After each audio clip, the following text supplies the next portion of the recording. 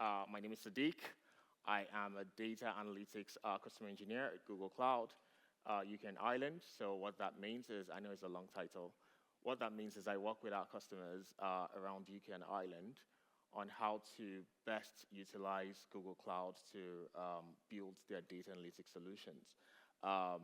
And I work in the public sector, so I do a lot of heavy lifting and have conversations with a lot of our partners and customers in the public sector across UK and Ireland. We build, or we help them to build infrastructure on Google Cloud, moving data from A to B, as simple as that, and everything in between. Today, we will be talking about this very important topic, accelerating the use of AI in transport. As you know, everyone moves from one point to the other, and you probably use any means of transport to do that. But it's really important that the way we do that, especially using public sector transport system, should actually reflect the kind of things that we want to see. And I'll give an example. Last year, in September, I went to a conference I went to speak at a conference in San Francisco. So it was time for lunch, so I had to go for lunch. So I went to the lunch. I didn't really like what was there. And I know that there was a Google office nearby. So if you don't know, at Google, we kind of have lunch in our offices. So I said, okay, maybe I'll just go to the Google office and have lunch there and probably return there for my talk later in the day. And I was going to check Google Maps. I saw that it would take me like an hour to get there using public transport. And I'll probably have to walk about maybe 15 to 20 minutes along that journey. And I decided that, okay, so what next could enrich my experience of getting to the office, have my lunch, come back in a good time to have my talk. I decided to look up what's available, and then I saw Waymo. So if you don't know, who knows Waymo? Who have had a Waymo experience? Oh, okay. So I think everyone should probably have a taste of Waymo experience. Hopefully it comes to Manchester and then London. So I took a Waymo, and it was really, really, I wouldn't know how to describe it. It's a great experience. It's a driverless car that you get, taxi that you get into. It takes you from your source to your destination. It captures every information. It actually even knows some things that, if you've taken a Waymo before, the next time you come in, you probably have some customized like soundtracks and things like that. What I'm trying to tell you is that there is a lot of things that we can feel when moving from point A to B.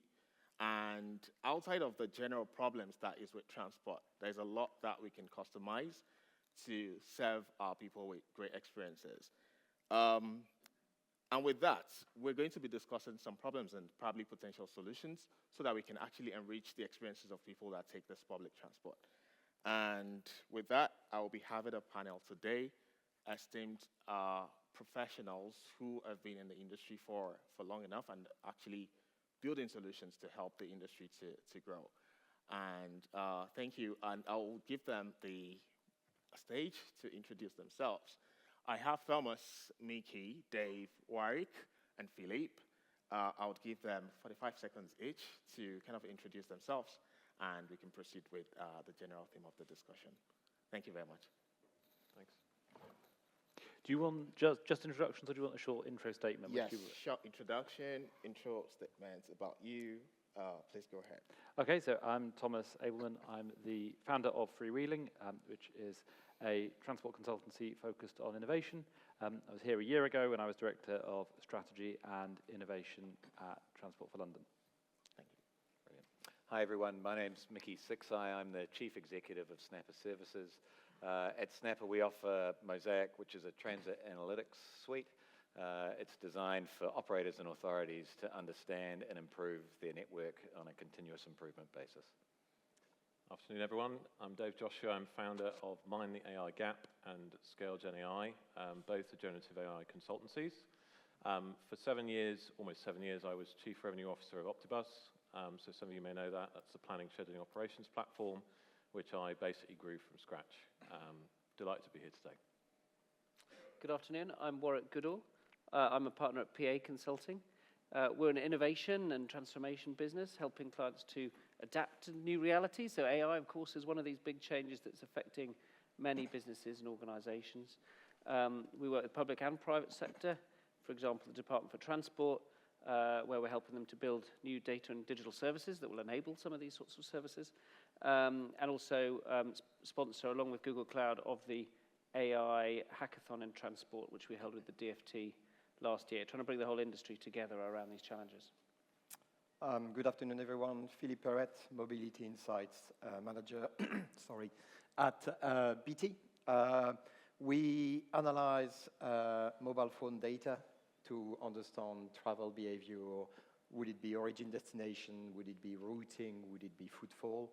All of this to serve large transport consultancies, which from these can make or design the best schemes for transport. Thank you very much, everyone. So, so the people in the audience, you will get your chance to ask questions, so please make sure you kind of take note of what they're saying so that the questions can build on top of that. This is going to be like a free-flowing forum where you can, express whatever it is. We really want to learn from you. But there's a general theme. I would probably not ask direct questions just to make sure that this is achieved. We know there's a general theme around most of the topics that we discussed today. One is, policy, regulations, governance, and so on and so forth. But as much as possible, I would want to kind of center this discussion around certain themes. One is AI in public transport, right? Are we looking at augmentation or replacement? And there's a reason for that question because, one, how can AI models and agents integrate into public transport ecosystem? We've got legacy systems all around, and I know if there's any sector, and no shades to public sector, if there's any sector where things don't really change quickly, we've got public sector. Not only because the systems are old, but because they keep very, very old data, so things are not easily kind of changing. But I'm glad that, in this age of agentic LLMs and things like that, there's also a couple of systems that are coming in to kind of help with the way we interact with those old systems. So what are the best use cases where AI can add value without disrupting operations? And I think lastly, what are the lessons from past tech adoptions? Anyone can go ahead and anyone can contribute to that. Well, let me start with the lessons from past non-tech adoptions, because, they are tech adoptions to an extent, but I think we just need to be really honest about the fact that you talked Waymo earlier. AI is happening right now in the world out there. If we are truthful to ourselves as a sector, what do we normally do in this situation? So let's look at what we've done in the past. Let's look at ticketing, for example, where you used to have to go and buy a piece of cardboard, and then we decided to invest in ticket vending machines, and then we decided to invest in smart cards, then we decided to invest in contactless, and then we decided to invest in apps. My local station has every single one of those. All of the costs are still being incurred. When we got rid of steam trains, we carried on paying drivers exactly what we'd paid them before. We still do, even though driving a steam train is an incredibly skilled job, and we now have trains on some parts of the network that literally drive themselves. So our number one characteristic as a sector when it comes to tech adoption is we don't actually realize any of the benefits of that tech adoption. And I think we need to be very honest, that's what we do, so we can make a decision to do it differently this time. Yeah, that's a good comment. And I think just to follow on from that, one of the challenges when I first came into the industry back in almost 2017, 2018, was the closed ecosystems of a lot of the software. And I wasn't aware of that. So having a conversation with people about integration was a very new thing. I think I was the first person to speak to the incumbents who'd installed Caesar at Transport for London. For, I think, 21 years, they've done no integration. And I think that just kind of gives you an insight to one of the challenges is really opening that ecosystem, which Optibus, you guys, Miki, and others have done, is to really make data open, because it shouldn't be closed. Yes, there's public data, which is very important, but so too, this is all about data. And what I find with mobility is it's incredibly rich in the amount of data, and that gives you a huge opportunity for AI. And I think that's the opportunity, is to seize it and to do it ourselves as an industry, rather than let everybody come in and kind of say, okay, this is the way that you do AI. So it's almost putting your hands up and saying, we want to experiment, we want to be first, and there are ways to do that. Yeah, I think it's quite risky in those areas, and I'm not downplaying that. But when you're talking about public transport, it's important to realize who the users of that are, and that's everyone. And it's a challenge. And you'll know this full well from being in TfL and every other public agency, is that they can't operate as a commercial entity might do and go, you know what, we're going to decommission this thing right now. You have to basically run out the cycle. You don't have to, but I think that's not leaving anyone behind is often a mantra that's used. So recognizing that reality means taking, I think, quite a different approach to these things rather than full transformation and going, if one of the barriers to basically making public transit great is that we are constrained in resources, how do you use some of these tools to amplify that and actually help those people make better decisions faster? And that might be the place to start. And to me here, there are two things which are very important. AI in itself is just a tool. But actually, AI needs inputs, needs outputs. So what I mean by this is AI needs data. And data can be anything. Yeah, it can be CCTV, it can be counts, it can be tickets, it can be anything. You use AI as a tool, but ultimately, it's a use case that is important, is what it is you are trying to do, because AI as a tool is not giving you the answer. You drive AI to actually solve a problem. You drive AI to actually fill in a use case. And what you find in the public transport sector is that there are many different use cases. There are the use cases which are driven by the operator. There are the use cases which are driven by the users. And there are some other use cases as well, because public transport interact with a lot of other things. And I'm thinking here interchanges, for example. Because public transport in isolation means actually fairly little. There is the first mile, the last mile, all of these elements which have to be considered within the ecosystem to actually get some useful use cases. Yeah, I think this is about augment rather than replace of people, right? I think Waymo, and I think we're a little bit away from that being replacing all of Uber and everything else, right? I think by far and away 90% of this is going to be augmenting and helping people. It's going to be giving passengers a much more rich experience with choices of different ways to take their journey. It's going to give the staff helping run the operational railway or bus or whatever the ability to do a better job for their customers and run the operations more efficiently. I mean, I think what's interesting here is you talk about data as well. I think there's the concept behind every successful transport service, there needs to be a corresponding data service, right? Otherwise it's just not discoverable, right? If there's not a data service behind that transport service, it's not going to appear on the map. It's not going to appear to the customer's choices. And I'd be interested in your example, actually. In the Waymo example, when you looked on Google Maps, did Waymo come up as an option to take in the wayfinding? Or was that a separate app? In New York? Yeah. I don't think Waymo is in New York yet, but it doesn't come up. But I think because that's the thing, isn't it? If it's an option, then it needs to have an open data service so that it can appear on the map. Otherwise, you don't see it alongside the other public transport options, right? So I think we've got a lot to do to just sort some of that plumbing out and make the services discoverable. And that's so important in this AI age. It's important because if the services aren't discoverable, then you won't be able to interact with them through AI, right? You won't be able to ask the question, how am I going to get somewhere? Because if the service isn't discoverable, it's not going to know about it, and the AI is not going to tell you about the Waymo or the alternative transport option. And we've learned this lesson previously. I mean, TfL, before my time, did some fantastic work on open data back in 2011, 2012, which catalyzed the whole ecosystem of apps such as Citymapper. But it's kind of ground to a halt. It's slightly frustrating in some ways because the whole open data agenda, in part, came out of a period of profligacy when TfL had money falling all over the place and Boris Johnson was borrowing vast amounts more, and it was like they could put some resources into making data available. But actually, if we don't adopt these solutions, then we're simply going to lock in future generations of legacy cost base. And I think the phrase "your job won't be taken by AI, your job will be taken by someone using AI" is absolutely right. That also applies to us as an entire sector. If we just don't realize the benefits of this, eventually it'll come to the point where actually Waymo is just there and is cheaper, and I don't want that as an outcome. But we've got to therefore be investing. And part of the challenge is that we are very risk averse and very cautious as a sector. And the default response, understandably, right now, has been to say, don't do it, don't touch it, it's dangerous. Which, I get. There's all kinds of issues. There's privacy issues, IP issues, there's bias issues, there's massive issues.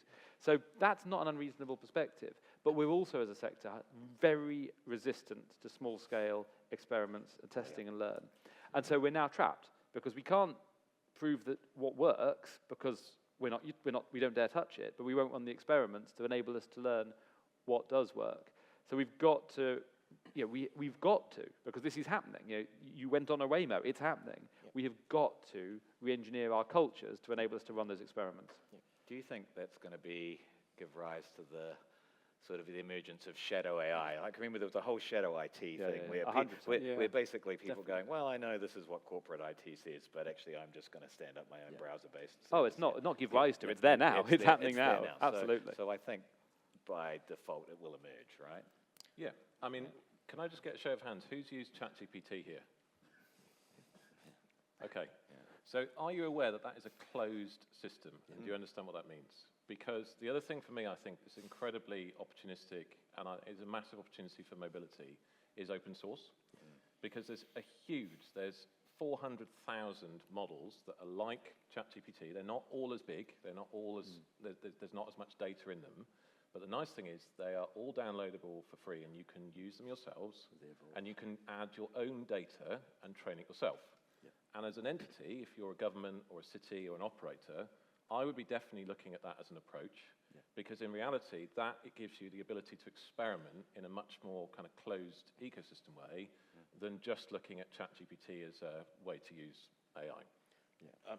Can I? We've mentioned a number of things here. Probably replacing ChatGPT with LLMs, right? Or Gemini. So, because we've mentioned experimentation, there's actually an example that I want to kind of bring forward, and probably this takes me to my next kind of question, leading question. There was a kind of test or kind of a demo or test case scenario that I think in 2022, 2023, the TfL and British Transport for Police or something did, and they came with a certain area in London, and they kind of mounted, obviously, this cameras are there. And part of the things that you're saying the other time is data is not just about data that we have in tabular forms. It's about movement of people. It's about how people cross barriers. It's about the CCTV data that we capture every now and then.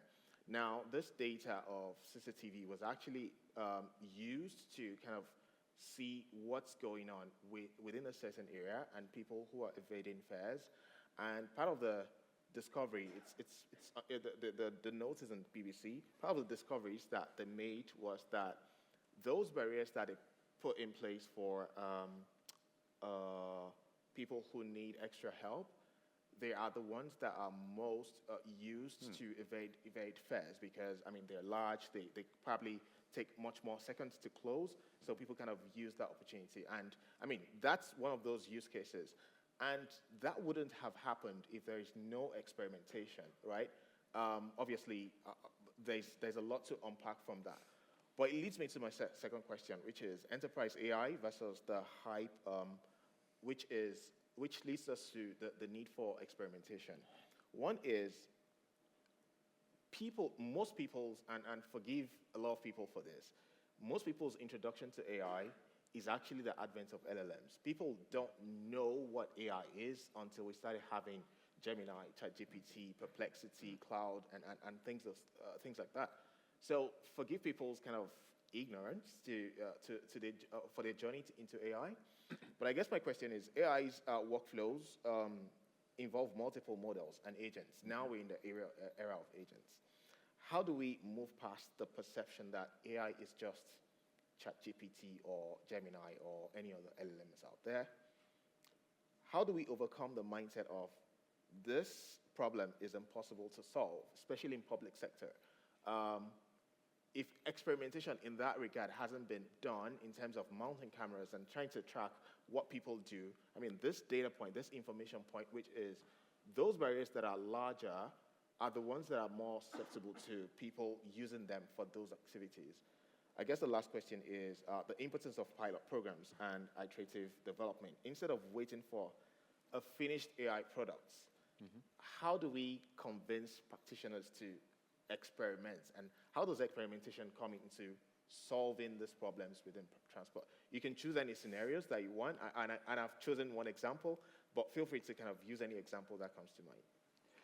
Well, let me just talk about that smart stations trial you mentioned at Wilson Green at TfL, which was a fantastic project, and TfL learned a huge amount about what computer vision can do, and as you say, identified precise numbers of fare evasion, and there was one particular chap who was identified who repeatedly did not pay for his ticket at Wilson Green, and can it be used to identify antisocial behaviour before the antisocial behaviour even occurs? One of the things that also stood out for me was, oh my Lord, the wonderful team who implemented that trial, they had to jump through hoops of fire to make it happen, because our standards as a sector, and London Underground is no different, treated that as if it was a rollout across the network. You had all of the same approvals and processes to do, basically augmenting with AI a set of CCTV cameras at one very small station as if you're doing this across the network. And they did it because they're brilliant, and TfL people are generally brilliant. But we can't have to, and also the budget, there was a whole supply contra deal that was done to actually release funds to make that project happen. It was, it was one of those things, it probably shouldn't have happened. It was too difficult, but they made it happen because they're brilliant. So we've got to make it easier to run these experiments. So it's really, really important. Yeah, I think what you're talking about there is this culture of innovation.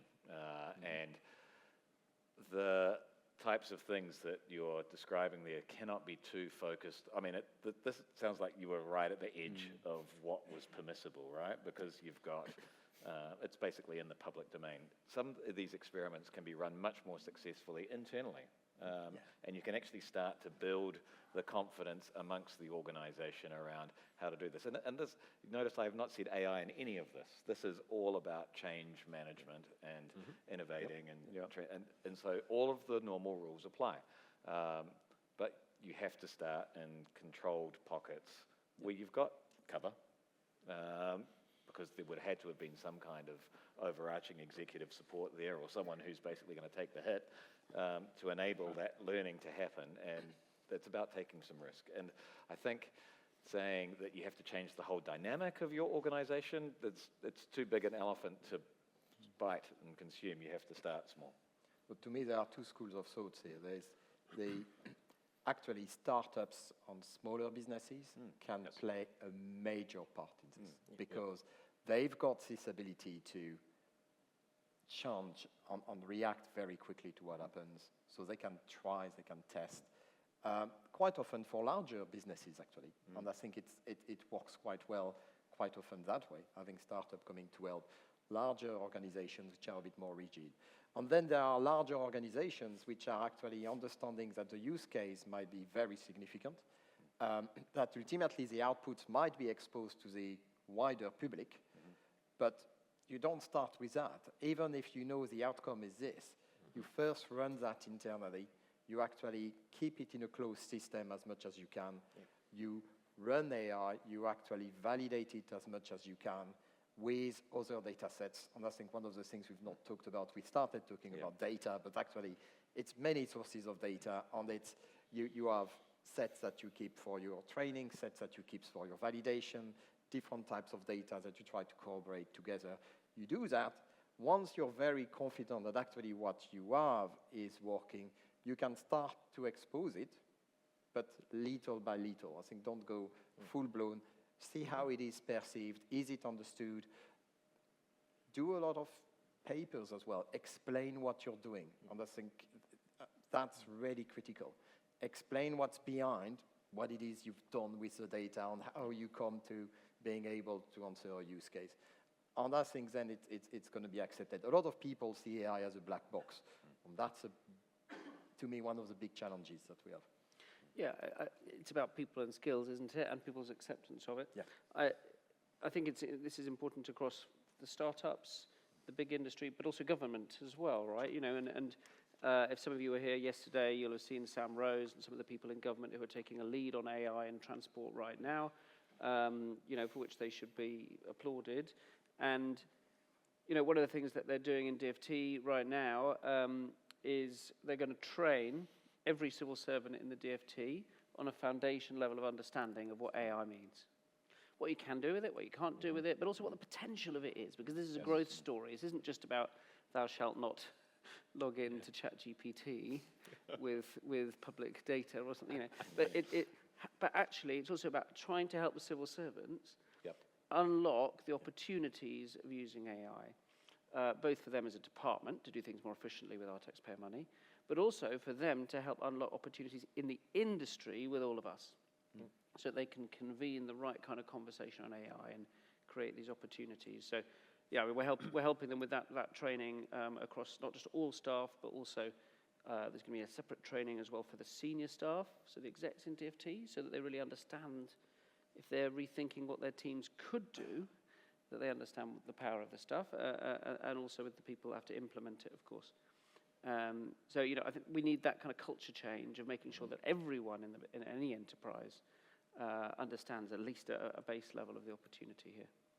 Yeah, and just you touched on as well, so around the government side, and I don't know if you went to Stephen Fiddler's talk yesterday with regards to bus strategy, and at the end there was a gentleman, in fact 2 gentlemen, that asked questions about coach, and I thought it was a really interesting element and a possible very minor use case, because what we're looking at here is currently there's nobody, or there doesn't seem to be a specific person appointed to look at coach data being merged into bus data.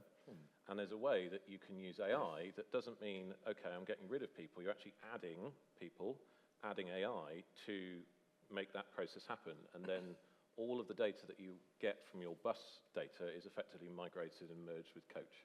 And that was something, again, in my mind, it's sort of those areas where people think, we haven't got the staff, we haven't got the time, you know, we just haven't got the capability to do it. Well, that's the bit to focus on, as opposed to changing the day job completely with AI. There's a question that I have on that point, and I'll just ask it straightforward. AI in transport is happening, whether we like it or not. I mean, you mentioned that there's a lot of brilliant startups out there building, who doesn't have to kind of go through all those hoops and loops to get something into the market. And thankfully, we have a thriving ecosystem of AI startups in the UK that, you know, there could be room for collaboration and exploration. How do we make the best of it? And how do we get ready?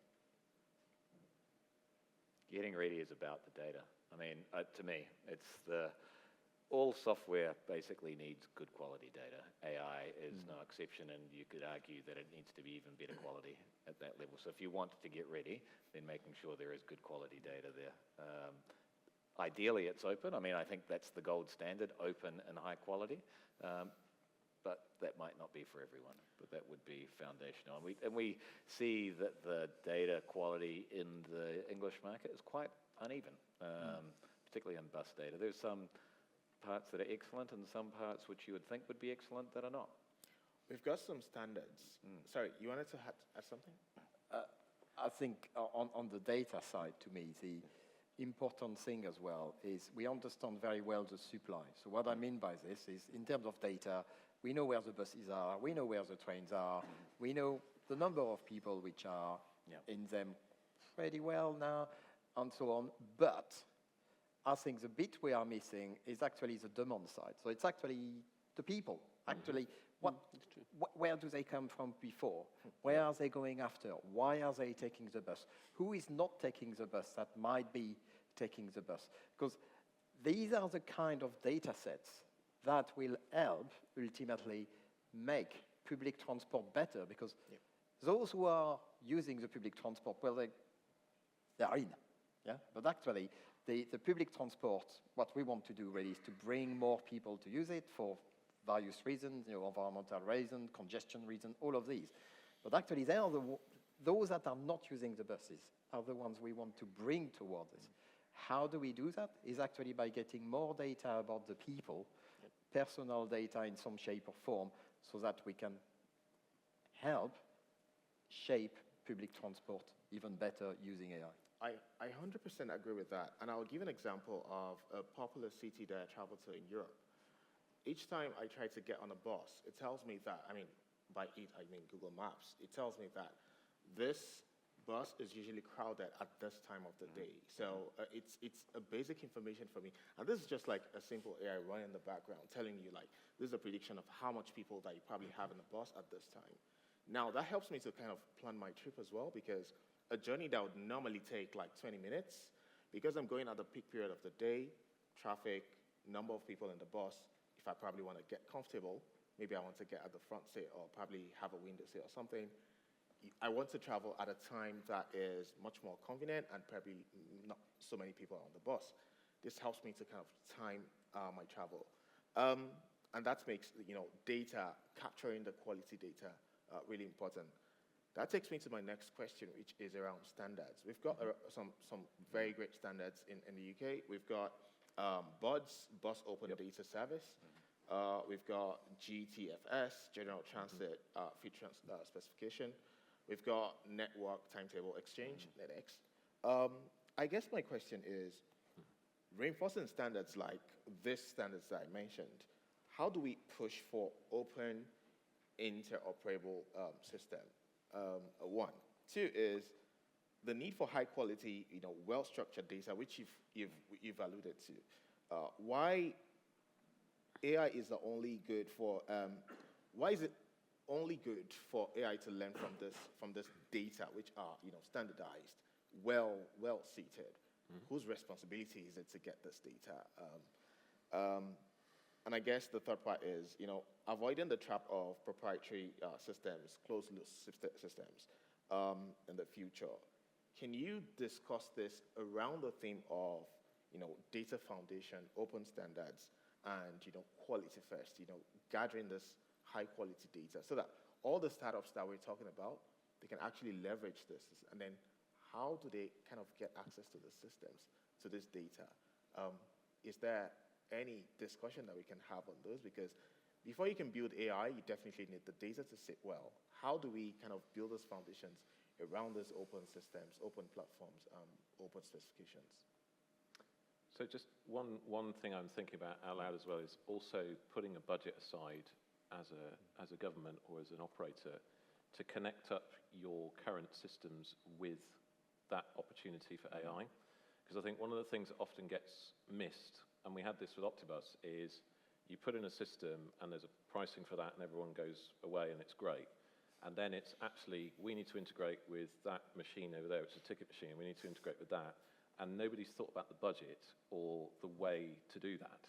And I think that's really, really critical for part of this is, it doesn't require that much, but to build those integrations as part of what you're doing, to connect up a system that was, built in 1995 with a system that's today, and that gives you, you basically connected your data brain of your business or your entity together.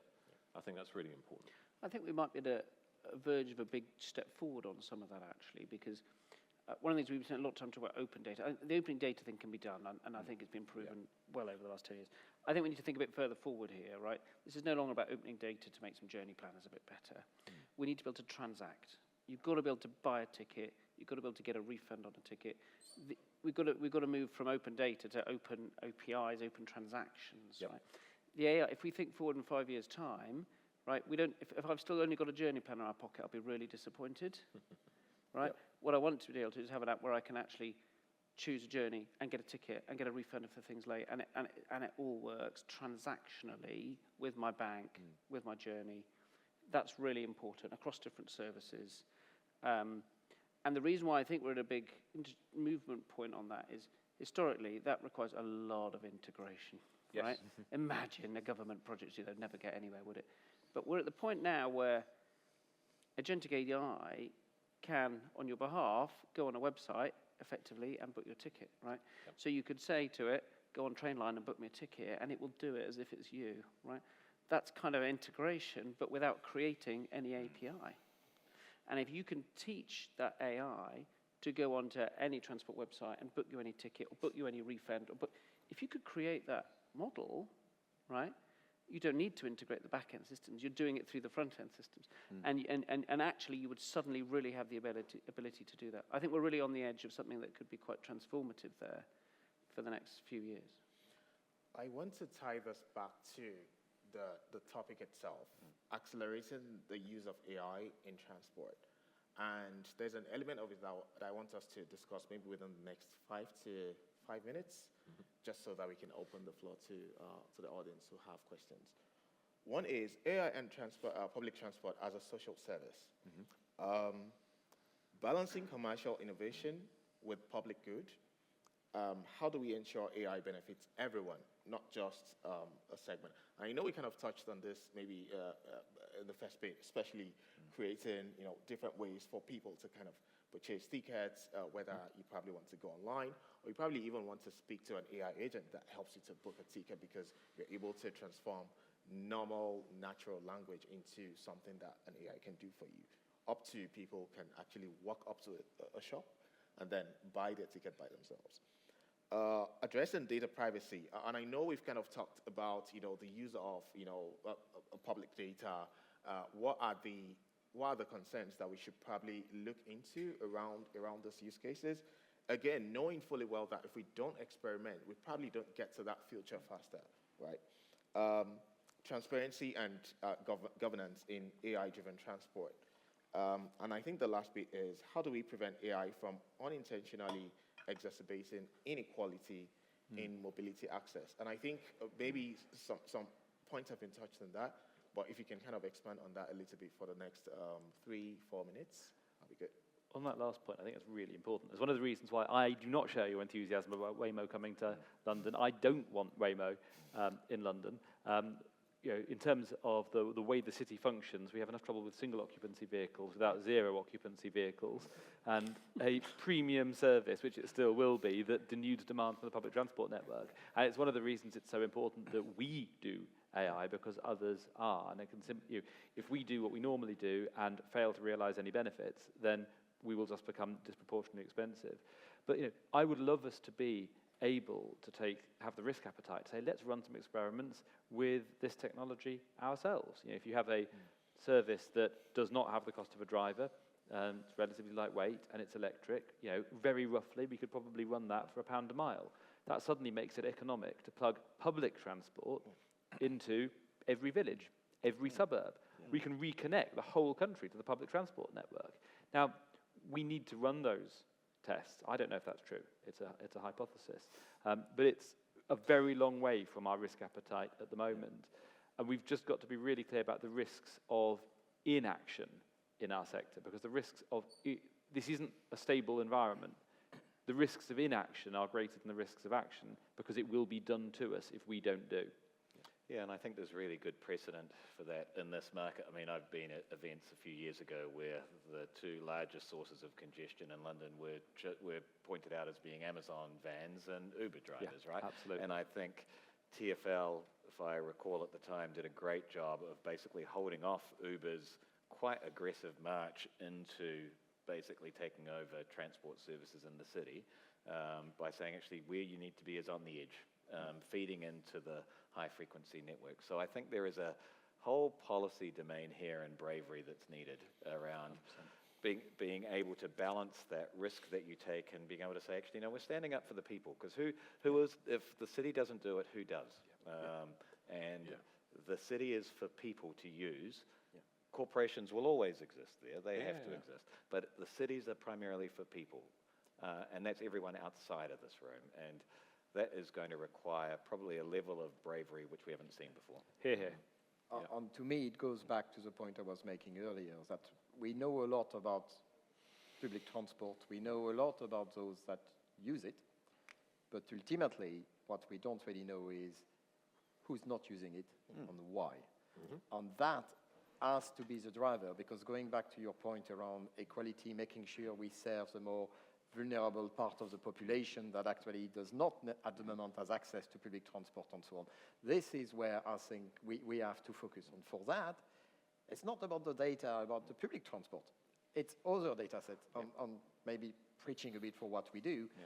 This is exactly what we tend to do by trying to using mobile network data and also trying to enrich it using machine learning and other things, using weblog information, a lot of different data sets to be able to say, okay, these are the general movements that we have.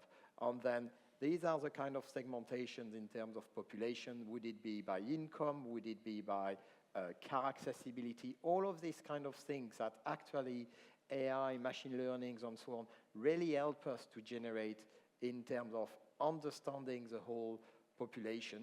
Now, in that comes the risk of privacy with data. So one of the things we've not really touched on is how people feel about their private data being used or data being used. For that, we have, again, new approaches, new methods, synthetic models, which can be very much trained based on direct observations, but ultimately they become a model. They are not actual agent people movements, and we can then use that to feed into AI models or transport models, whatever we want, to try and improve the public transport system. So I think there are different things that need to take place. There are the very operational actions which are immediate, but there is also all of the planning and future proofing of public transport and making sure that the public transport follows the rest in terms of what happens in the city. Yeah, transport is a lead to development, is a lead to economy, and we need to make sure that it caters for everyone. These are some 100%. So a couple of things that we've not mentioned. One, so my wife has accessibility issues. 2, she's female. And 3, she's afraid of riding on public transport alone. The DEI that corporations seem to be getting rid of at the moment is also very disturbing. And it's one of the big things that myself and a few others in AI are really passionate about driving. And that's the other big thing here, which is conversation. So it isn't just about a model and some answers out of a model. That's definitely needed. But it's also about the conversations that are happening on the sidelines or from people that aren't heard, getting in as an input so that the output is their point of view just as much as mine or anyone else's. And sometimes when we have these big technology changes, we have to be really thoughtful to making sure that they are distributed evenly, of course. But sometimes you get naysayers who say, well, I don't think we should adopt this because some people will be left behind, right? But actually, that people who tend to say that often don't really have the research to back that up. Actually, Thomas, in TfL, when I worked on the value of London's open data several years ago now, one of the examples that was cited about the value of open data for people was if you imagine a cleaner late at night in a big city block, lower income, it's winter, it's raining, right? She cited the fact that TfL's open data allowed her to know when the bus would come to take her home, as the ability that she felt safe because she could time leaving her shift and walking out the door and knowing the bus would arrive a minute later. And we tend to think sometimes that people are excluded, but actually it also provides some people with great opportunities and benefits. And we need to balance, I think, the positive growth opportunities of this as much as obviously making sure that everyone is included. Absolutely. Thank you very much for that. I don't want to be selfish, so I will put some. I would have thought the audience to ask some questions. Does anyone have any question? Okay, 1, 2. Hello. Yeah. So my name is Raoul from EIT and Mobility. My question is, currently, as Thomas, you mentioned, there's different types of ticket information. There's Philip working for sort of mobile data. Do you see in the future one source of truth in terms of having just one source of data, being able to make better decisions to move around as a result of it? I mean, there's probably others on the panel that are better qualified to answer this, but no, I can't imagine ever having a single source of data, and I think we've moved beyond the world of a single source of data. What we are in a world of is trying to make sure that data has standards that can be communicated as easy as possible. I mean, I think the idea of using agentic AI to move beyond APIs is fascinating, and it's not one I've heard before. But certainly having APIs. But I don't think we want to try and create a single source of the truth. I would agree with that. If anything, we're seeing more fragmented, and it kind of goes back to your question, Sadeeq, around these standards. And I think if you were to ask me 5 years ago what they look like and would they be useful and standard in multiple environments, the hope would have been yes. I think the reality is no.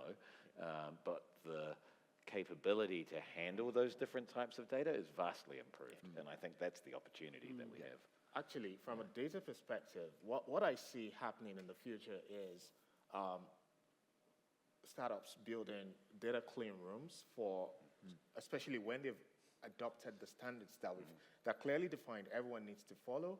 Now we're gonna have businesses building data clean rooms for a one-stop shop for a lot of this data. So all that data will be fragmented, would already be aggregated together, put together in a way that it's useful for any businesses to just plug in their API that requests for this data. At the end of the day, it's actually looking into multiple sources of data, but through one single source, because it's a clean room, you can actually subscribe to all this data that you want. I think businesses will thrive on that and build much more, innovative solutions around it. Yeah, I think I would also add, because I was discussing this with someone this morning actually, that the fragmented data ecosystem we have reflects the fact that we're quite fragmented as a transport ecosystem. And we were talking about rail actually, right? Evidently. And one of our observations was, actually, if you think for the next few years, we could be at a golden age as well of sorting some of this stuff out, because we will simplify some fares and ticketing, we will bring some of this stuff together, and so the ability to overcome some of those challenges, I think, will exist, not just because of the technology, but also because I think the way the ecosystem will evolve will actually break down some of those barriers that have maybe held us back a bit. Just one question I'd like to ask you, Warwick. One of the things that strikes me is that as a sector, we're very binary, and we like perfectionism. And one of my worries is that actually we have very strict standards for when we release data, when data can become open data. Actually, AI provides the opportunity to lower our standards because AI can fix this, but we will continue to apply the standards of 2011, and maybe we need to become and get comfortable with the idea that we don't need to have the same level of rigor that we used to have. Yeah, it's an interesting question. I'll be into your view on it as well, actually, because you deal with a lot of data that's quality and a lot of volumes of it. I think there is an opportunity that we should be thinking about is how do we speed up the cycle at which we can release stuff by using AI, either to validate it or to test it, or in some cases to create synthetic data where there's gaps, right? I think that opportunity does exist. But also, for sure, other organizations will do that. If you think about what Citymapper did with bus data, they took bus data from TfL, actually wasn't good enough. So they created their own algorithms on top to figure out where the bus was really going to be. So I think we shouldn't hold ourselves back as trying to make it perfect. Some of it we should release, be clear that it's not perfect, and let the innovators in the private sector as well bring the solutions that can actually really make progress. We see a Swiss cheese model being used quite often, where you got this slice here has got a big hole, but this slice there has a hole in a different spot. And it kind of, to your point, Philippe, around enriching, becomes actually quite what's powerful. quite interesting is that, the data we have is patchy. It's always going to be patchy because when you look at it, a lot of the data we use was not initially designed for the purpose we are using it now. That's right. And I think we need to be very clear. It was designed for something else, and actually we use it as a byproduct. So it's patchy, it's got gaps, and so on and so forth. Actually, a human to actually convert that into good signal, it's hard, it's painful. But actually, AI now, machine learning, all the clustering tools that exist, make it so quick that actually we can identify patterns in data very, very quickly using some of the tools we are talking about. So I totally agree with your point that the data doesn't have to be perfect to be released, because also we are not after perfection. A lot of the time, what we are after are just insights. So something is better than nothing. And quite often we look for that perfection, when actually if we get something which is 75% of the way there, God, we've learned quite a lot. But that is countercultural for our sector, so we need to look ourselves in the mirror about that. And this is where I kind of stress that need for experimentation and not expecting 100% at the first iteration. We can do more and more and get perfection later. Next question. Hi, thanks. So I've got a question that links to something, Warwick, I think you were saying about basically improving people's lives, and you mentioned the example of a cleaner. And I think one of the pushbacks often with adopting AI is how it's going to replace people's jobs, right? And I love the example of IKEA a few years ago using AI chatbots in their call centers and how people were worried because it was going to get rid of 8,500 jobs. And IKEA decided rather than just get rid of those people, they would upskill. And they created a lot of them as design consultants, and that led to something like $1.4 billion in sales through that service. And I was just wondering whether any of you have any thoughts about new job opportunities or new careers that might come out of the adoption of AI, rather than just what people might worry about is that it's going to get rid of a load of people's jobs. Oh, it's interesting. Sometimes you have these things where, as probably LinkedIn type clickbait of what are the job titles of the future that don't exist today, and those sorts of things, all sorts of, and certainly AI seems to have created a lot of new job titles that I didn't know existed. But I do strongly believe that, as you say, in the opportunity to augment people's roles in the first case. So they might still be doing the same job, but help them to do it better, or help them to do it with less. I'm automating the boring things so they can do the more interesting things, right? I mean, overall, if you look at the march of technology and the phases of industrial revolution that we've been through in the past, what generally happens is that we help uplift society so that people do more value-adding jobs, right? Yep. That create more GVA for the economy and more growth, right? And that's got to be the opportunity here as well for AI or the change of this stuff to allow people to create better jobs that are more fulfilling. Absolutely, and I think the other part of that then is education. So I work with a lot of Gen AI founders who are building companies across very, very different verticals. One of the big things, and why I really think there's an opportunity with mobility as well, is we're a very caring industry. We have a lot of duty of care, and I think there's a lot of opportunity for people. And I think the other part of that then is with founders, they're not looking to replace people. They're just on a hype cycle where a venture capitalist is saying, let's make the first $1 billion company with one employee, right? I mean, that's like a venture capitalist's dream.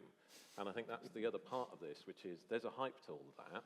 What blends out of that is some of the companies that I've been working with have then pivoted to offer a really good solution in AI for a company to help their employees, instead of building a voice AI agent to a point that just says we don't need people on the phones anymore.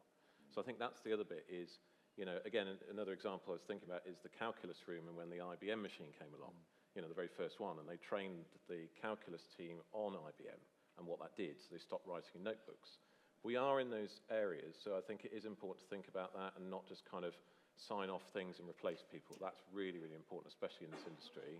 But to your point, I think it's about combining, and it's a hybrid approach, and then everyone gets along and we all work forwards. A few really quick thoughts on this. I mean, the first is we are really bad at predicting the future, so we don't know. My granddad would have no idea what a barista was.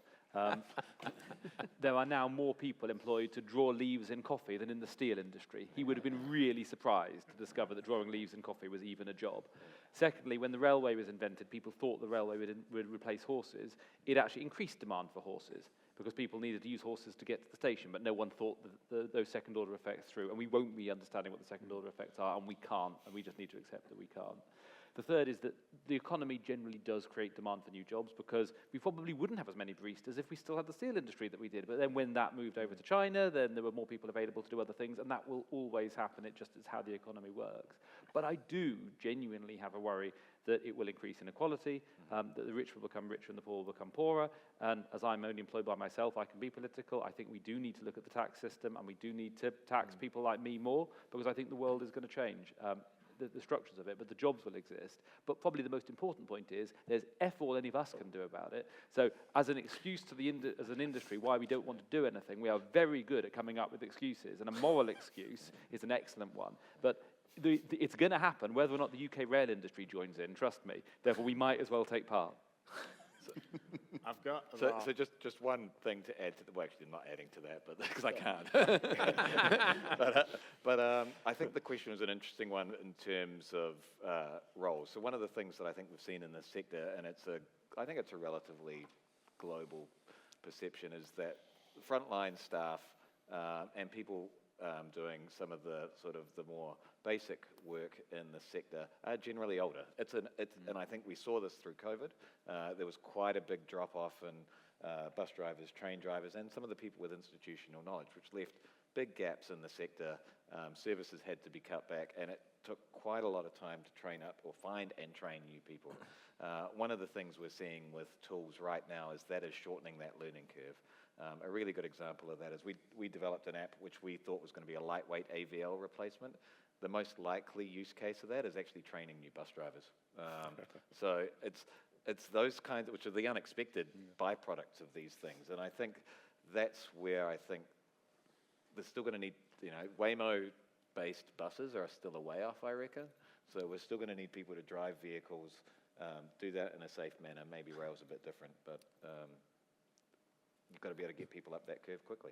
If I'm going to give anyone an opportunity to ask one more question, the condition is you have to ask it within the next 15 seconds. And it should be answered within the next 60 seconds. Any taker? Okay, go. 10, 9. AI and buses so far, we've tried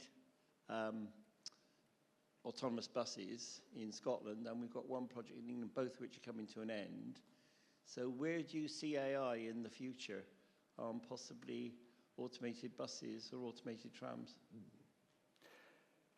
I personally think there's massive future potential. I also actually think that the point around we're not going to replace bus drivers is true. The DLR still has the staff. The Victoria Line, Northern Line, Jubilee Line, Central Line all have staff, even though they're all automated, because people need that level of reassurance on high-density services. So, the big double-deck buses through Manchester and London, they'll have people on them, even if the vehicles drive themselves.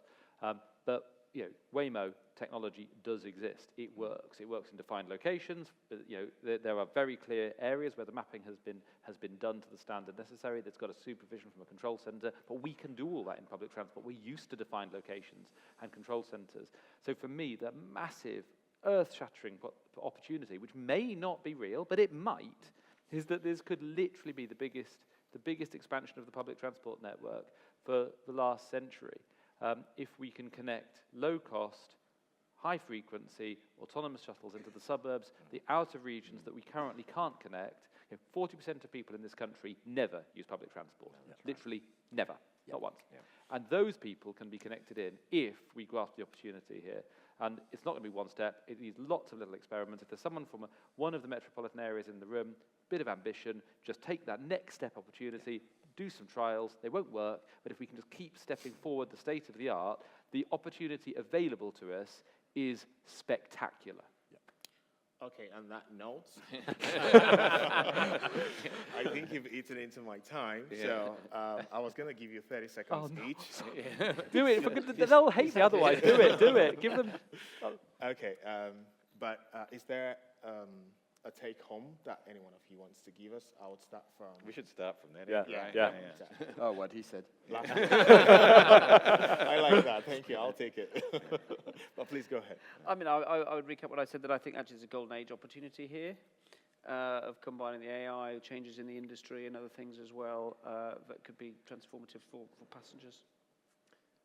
For me, it's about everyone in this room experimenting and just scheduling a bit of time, even if that's Saturday morning 9 till 10, and just experimenting with AI tools, even if you're dead against AI, because it's like the internet and refusing to use the internet, which my mother did until the point her bank closed and she had to use an app, right?